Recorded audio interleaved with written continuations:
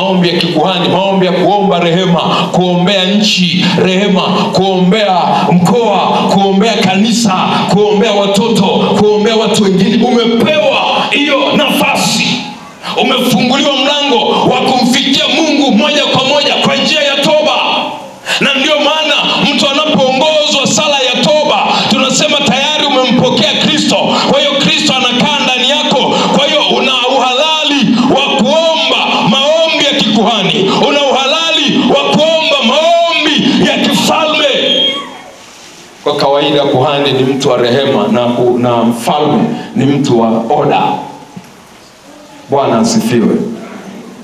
Jambo la pili, roho ya ufufuo inakupa mwanzo mpya wa kwenda viwango vipya.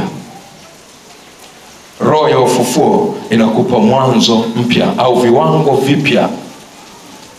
Unaenda viwango vingine vya hali ya juu, roho ya ufufuo. Kwa hiyo hata kanisani hapa leo tumepata neema ya roho ya ufufuo. Tumeanza kiwango kimoja hichi, wakati tunaenda viwango vingine vya umaliziaji wa kanisa. Bwana Yesu asifiwe sana. Na hii anazungumza, ukisoma Isaya 43:18 kule, anazungumza juu ya kuyasahau mambo yale ya kwanza na usiyatafakari yale mambo ya zamani, kwani anafanya jambo jipya. Kwa hiyo Kristo alipokuja, alikuja kutupa maisha mapya. Na ndio maana Paulo akasema hata sasa mtu akiwa ndani ya Kristo amefanyika kiumbe kipya. Kwa hiyo roho ya ufufuo inatupa upya wa maisha. Ya kale yananyamaza kimya. Kwa hiyo habari ya kutafakari mambo yale ya kale yanaisha. Haleluya. Haleluya. Muulize jirani, unatafakari vya zamani, unatafakari vya leo? Unaweza kukuta bado roho ya Lazaro imemshikilia kwenye kaburi. Hebu mtikise tena, mwambie wewe upo kwenye upya wa ufufuko. Kwa hiyo hilo inatupa watu kuingia viwango vipya. Anasema tunatoka imani kwenda imani. Itakusaidia. Kwa hiyo Pasaka hii na ikusaidie wewe kuyabadilisha maisha yako. Kwanza kuubadili mtazamo. Ule mtazamo wa kwanza, inawezekana hapo mwanzo umebeba habari mbaya juu ya watu, umebeba habari mbaya juu ya maisha yako, umebeba habari mbaya juu ya watoto wako, umebeba habari mbaya juu ya taifa, umebeba habari mbaya kwa ajili ya jiji la Mwanza. Ili kusaidia habari mpya ya ufufuko tunaozungumza hapa, lazima hiyo habari mbaya itoke ili habari mpya ipate nafasi. Haleluya. Haleluya. Haiwezekani vikakaa pamoja habari mpya na habari mbaya. Yesu alikataa, alisema kiriba kipya, divai kiriba kipya, divai mpya. Kwa hiyo hata kanisa jipya lazima pia tuwe na mitazamo mipya. Hatuwezi tukaabudu kama ambavyo tulivyokuwa kwenye hema zile. Hema zile zilikuwa zinatutoa jangwani ili tuingie Kanaani. Kwa hiyo sasa hivi tupo njiani, tunaelekea wapi? Kanaani. Haleluya. Kwa hiyo hilo likusaidie kujua kwamba hii roho ya ufufuo inakupa kitu kipya, mtazamo mpya. Huwezi kubaki pale pale kama ulivyokuwa. Lakini kitu kingine, inakupa roho ya ufufuo, inakupa roho ya kiungu ndani yako. Unavikwa mwili mpya, mwili wa kiungu. Kufuatana na neno la Mungu hili nitalisoma waraka wa pili wa Mtume Petro, ule mlango wa kwanza mstari ule wa 3. Nitasoma kwa msaada wa Baba aliye juu. Amen. Nikusomee Petro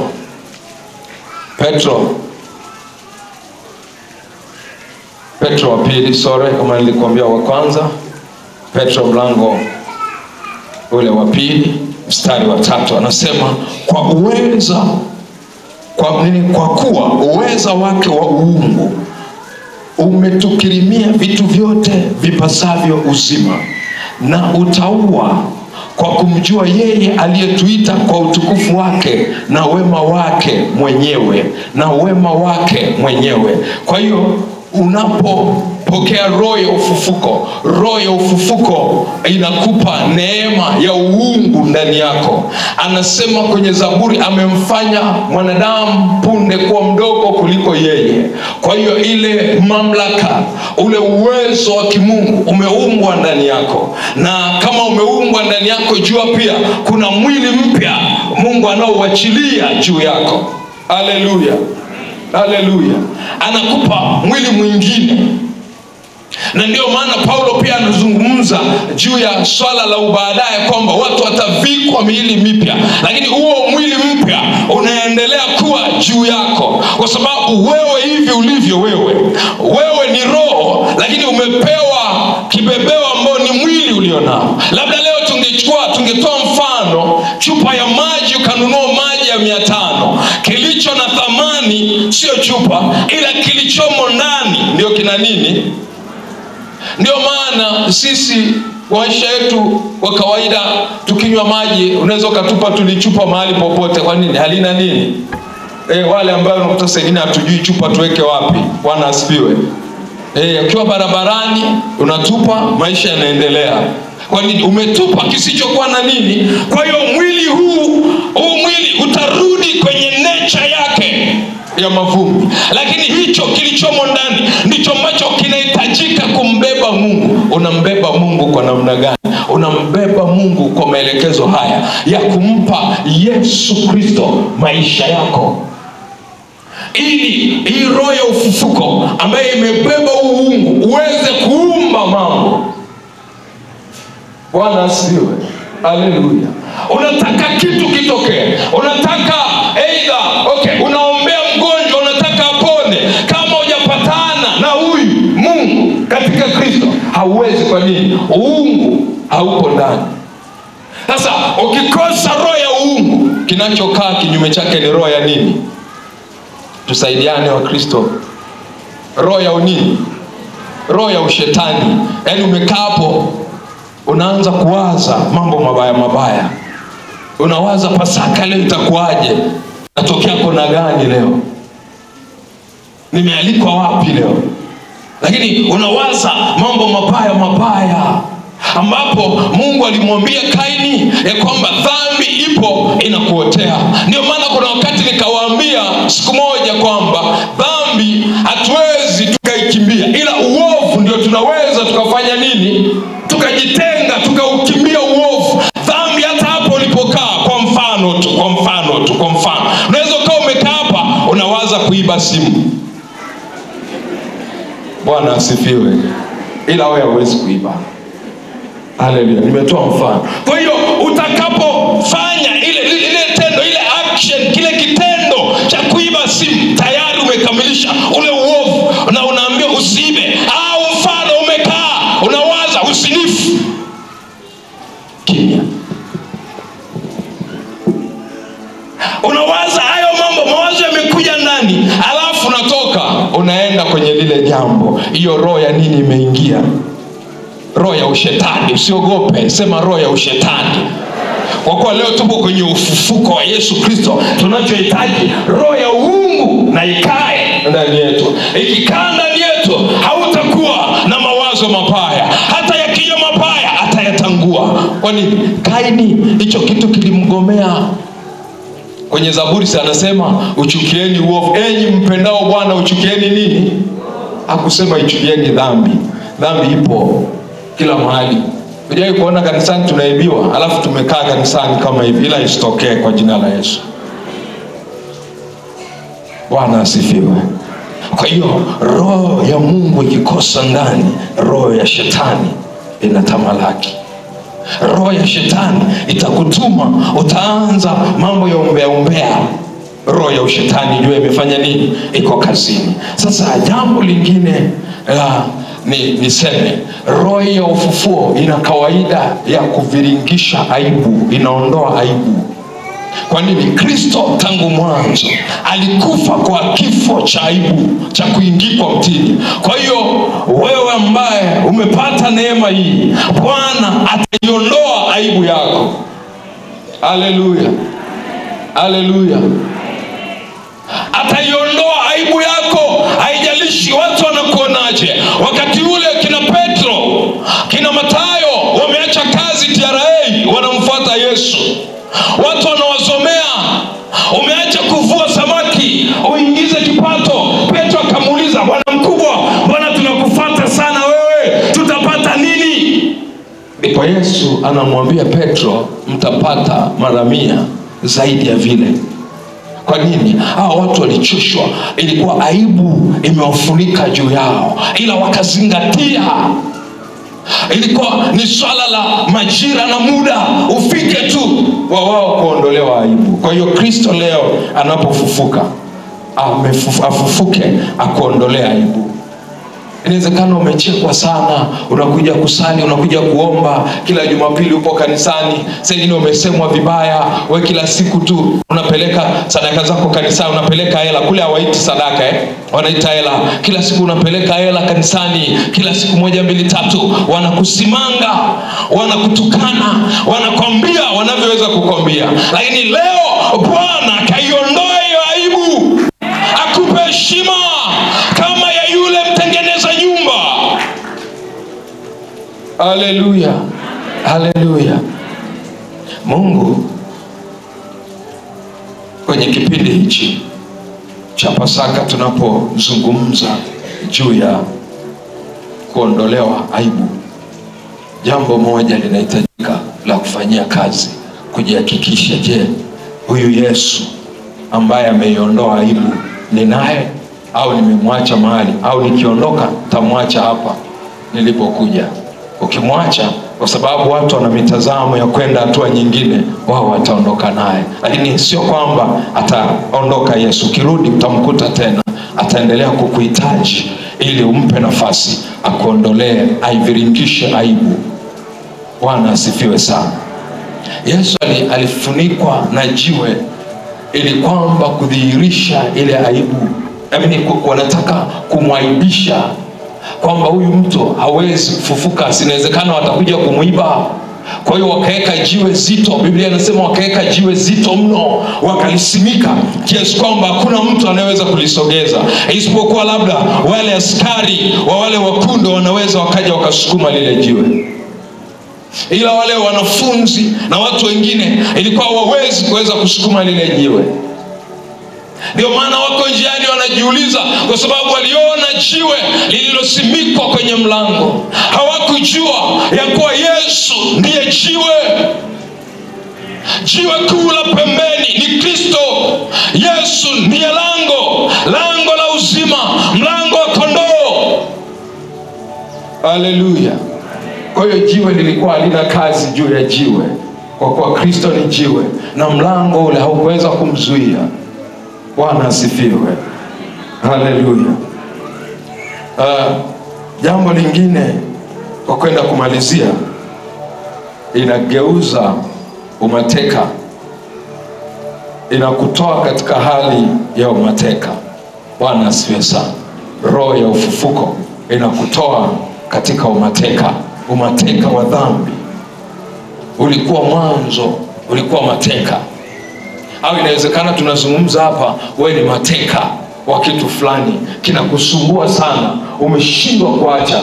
Na ukiingia ukiangalia, unaona umeingia kwenye Pasaka, lakini bado kuna hii roho inakusumbua sana. Haleluya, haleluya. Nisemee mimi, kabla sijapata neema miaka ya nyuma, wakati huo nikiwa church boy, nilikuwa nakaga nyuma, nafanya mawindo kule nyuma. Lakini sio kwamba nilikuwa napenda. Kuna wakati pia dhamira yangu ilikuwa inanitesa, inanishtaki, inanihukumu. Hasa ukimaliza ungamo, alafu kuna muda fulani macho bwana waga yana vitu vingi. Macho yanasumbuka na mambo mengi. Kama uko nje ya agano la Kristo, ukiwa ndani ya Kristo, macho yako yanafanyiwa agano na Kristo, unakuwa mtu ambaye umevikwa mwili wa kimungu. Nilisema usisahau hicho. Bwana asifiwe. Kwa hiyo wakati ule nilikuwa pia napata shida. Kwa hiyo tunachoongea, inawezekana umekaa hapa alafu hiyo roho inakusumbua. Afisa ingine unawaza atamaliza saa ngapi niende nikapige konyagi. Sasa hivi kuna Valu baba mchungaji, kuna wanaita Dompo, kuna nini, kuna kitu gani kile Valu, kuna Jack Daniel, kuna vitu vingi sana. Kwa hiyo wakati mwingine unaweza ukaona chupa ya maji ukajua chupa ya maji, kwa sababu wewe uelewe tu ni chupa ya nini, mtumishi ajue tu ni chupa ya maji, lakini kumbe iko diluted, wamesha dilute tayari na kitu kingine. Hicho kitu kilikuwa kinatutesa, lakini nachotaka nikwambie inakutoa kwenye umateka. Kwa wewe bado ni mateka. Saa nyingine unaweza ukawa umekaa hapa unalalamika, wameshaanza sasa wanagusa vya nini, pombe haitakiwi. Kwa nini tukupambe?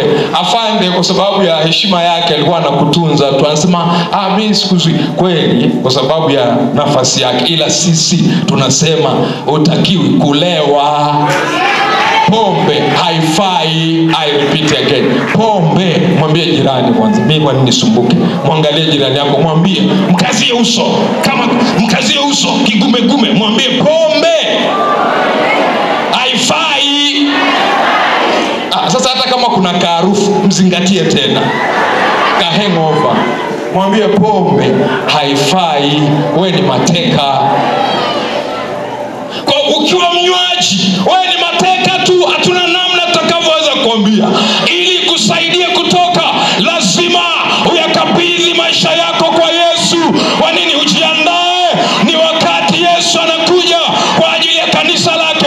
Huwezi kufanya agano na kanisa, unachopaswa ni kufanya agano na Yesu Kristo, Bwana wa uzima. Haleluya, haleluya. Hivi vya unakuja unatudanganya na sadaka hapa, mimi wewe sikuogopi. Unatudanganya na sadaka hapa, unafanya agano, wewe ni muongo. Alafu unatoka unaenda kwenye vimiminika au unaenda kwenye michepuko, wewe ni muongo. Acha hayo mambo. Kwani unamtesa huyo baba? Kwani unamtesa huyo mama? Haya majira tunapozungumza juu ya ufufuko, maisha yako yageuke leo. Tumeingia msimu mpya, tumekanyaga madhabahu kwa namna nyingine. Maisha yako lazima yao ya namna nyingine. Usimtese huyo baba, usimtese huyo mama, acha ujanja. Unakuja, unakaa, unaishi kiparasi, unaishi kisungura. Acha hiyo mambo. Bwana asifiwe.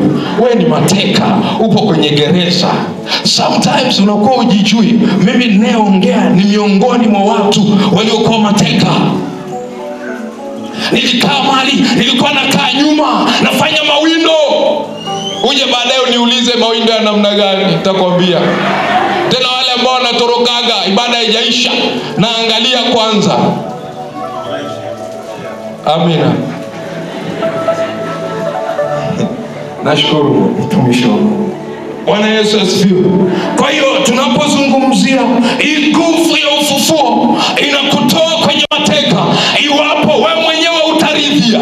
Kwa nini? Kristo amekuja, ameshafungua lango. Kwa hiyo lango la gereza limefunguliwa. Kwa hiyo ni jukumu lako wewe kutoka ndani ya hicho kifungo. Ni jukumu lako wewe kutoka kwenye hayo mateka, ili Yesu apate nafasi, ili Yesu aishi pamoja na wewe.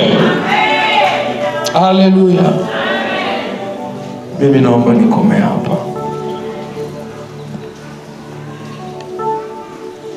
Utamhusisha roho ya ufufuko kwa kuupata ufufuo wa Mungu kwa njia moja tu. Mkabidhi Yesu maisha yako leo. Bwana asifiwe. Hatutaacha kukuambia swala la wewe kuokoka. Hatutaacha. Yale mambo ya kusema kanisa letu halina hiyo, sio kanisa letu. Inawezekana wewe kwako haipo hiyo, lakini kanisa letu sasa hivi limeshaokoka. Kwa hiyo ninakuhitaji ukae kwenye njia. Bwana asifiwe sana. Haleluya. Niombe basi kwa dakika hiyo usimame. Inawezekana Pasaka hii unahitaji neema mpya. Unahitaji huyu Kristo akutoe kwenye umateka, aachilie roho ya uungu ndani yako. Nikuombe usogee hapo mbele. Nikuombe. Unahitaji kweli